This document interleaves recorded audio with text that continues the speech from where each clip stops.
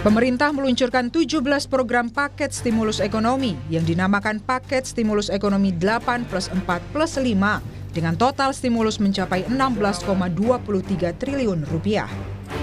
Paket tersebut dibahas dalam rapat terbatas yang dipimpin langsung Presiden Prabowo dan dihadiri sejumlah jajaran kementerian terkait pada Senin lalu. Adapun sasaran utama dalam paket stimulus ini adalah untuk mendongkrak pertumbuhan ekonomi dan penciptaan lapangan kerja. Program paket ekonomi di tahun 2025 ini yang terdiri dari 8 program akselerasi di 2025, 4 program yang dilanjutkan di 2026, dan 5 program yang terkait dengan andalan pemerintah untuk penyerapan tenaga kerja. Dalam program stimulus ekonomi akan diterjunkan tim akselerasi yang akan dipimpin langsung oleh Menko Perekonomian dan Menko Pangan serta Wakil Menteri Keuangan. Menteri Keuangan Purbaya Yudi Sadewa menyatakan, dengan adanya tim percepatan yang mengontrol semua paket stimulus ekonomi, diharapkan dapat memperlancar program utama pemerintah. Untuk tim percepatan program pembangunan ekonomi tadi, itu pada dasarnya kita akan monitor seluruh program-program utama pemerintah atau Pak Prabowo. Jadi ke depan harusnya nggak macet lagi. Kalau ada yang macet kita akan percepat supaya jalan dengan baik.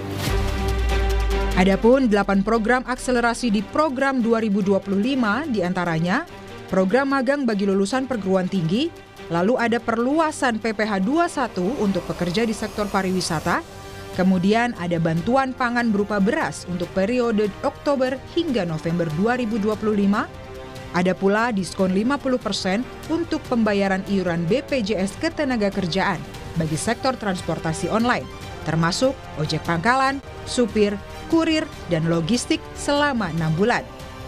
Program manfaat layanan tambahan perumahan BPJS Ketenagakerjaan, program padat karya tunai Kemenhub dan Kementerian PU, lalu ada percepatan deregulasi untuk percepatan PP nomor 28 tahun 2025. Dan yang terakhir adalah program perkotaan, yakni perbaikan permukiman dan UMKM, di mana Jakarta menjadi pilot project. Kemudian untuk 4 program yang berlanjut di 2026 diantaranya perpanjangan PPh final 0,5% wajib pajak UMKM sampai 2029. Lalu perpanjangan PPh pasal 21 DTP untuk pekerja pariwisata, PPh pasal 21 DTP untuk pekerja industri padat karya, dan diskon iuran JKK dan JKM bagi bukan pekerja upah.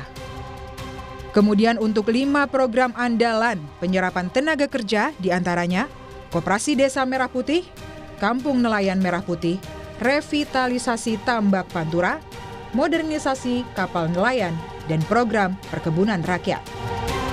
Menteri Keuangan Purbaya Yudi Sadewa menambahkan, penggunaan anggaran untuk stimulus ini dapat menggerakkan perekonomian tanpa memperlebar defisit APBN 2025.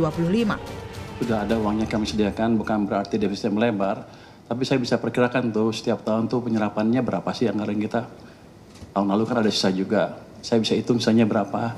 Jadi daripada sisa, tinggal 3 bulan lagi mungkin nggak kepake, saya pakai ke sana. Jadi ini hanya optimalisasi penyerapan anggaran supaya berdampak bagi perekonomian tanpa merubah defisit terlalu signifikan.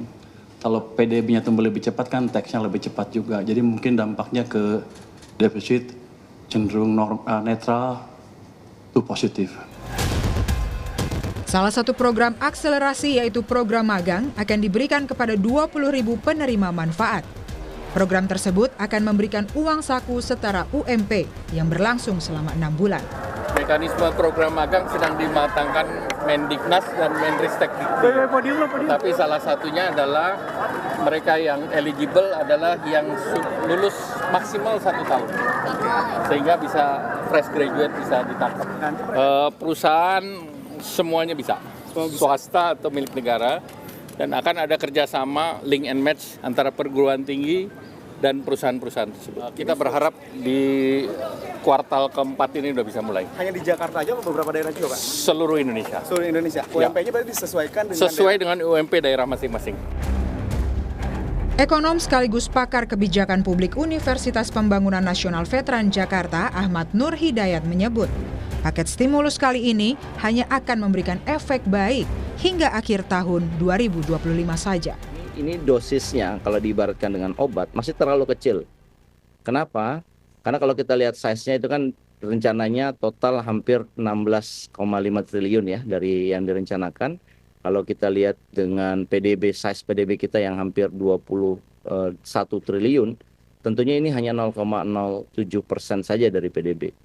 Dan kalaupun dilihat dari waktu ya saat ini dikeluarkan, sepertinya ini hanya untuk membuat soft landing aja untuk triwulan Q4. Jadi tidak cukup untuk membuat akselerasi dari pertumbuhan ekonomi, tapi hanya untuk menjaga supaya pertumbuhan kita sepanjang tahun 2005 ini ditutup dengan kondisi soft landing. Meskipun begitu, sejumlah kalangan masyarakat menyambut baik kucuran paket stimulus ekonomi 8+4+5. Mereka berharap stimulus ekonomi ini dapat memberikan peluang lebih luas, khususnya bagi perekonomian rakyat. Itu balik lagi ke kinerja pemerintahnya. Apakah pemerintah ini serius untuk menggerakkan kebijakan yang sudah dibuat atau hanya sebuah angan-angan aja untuk masyarakat? Kalau dilihat dari daftar yang memang diberikan dari masyarakat itu memang sebenarnya cukup efektif. Apalagi salah satunya adalah untuk meningkatkan lapangan kerja untuk masyarakat. Itu amat sangat penting sebenarnya untuk masyarakat kita. Saya sih sangat setuju, Kak. Karena memang penting sih kalau BPJS Ketenagakerjaan ya. Apalagi dibiayain separohnya sama pemerintah, sangat membantu sekali, Kak. Melalui paket stimulus 8+4+5, pemerintah mengharapkan target pertumbuhan ekonomi bisa mencapai 5,2% pada akhir 2025. Menkyu Purbayam juga memastikan optimalisasi penyerapan anggaran melalui paket stimulus 8+4+5 bisa berdampak pada perekonomian tanpa merubah defisit yang signifikan. Tim Liputan, Kompas TV.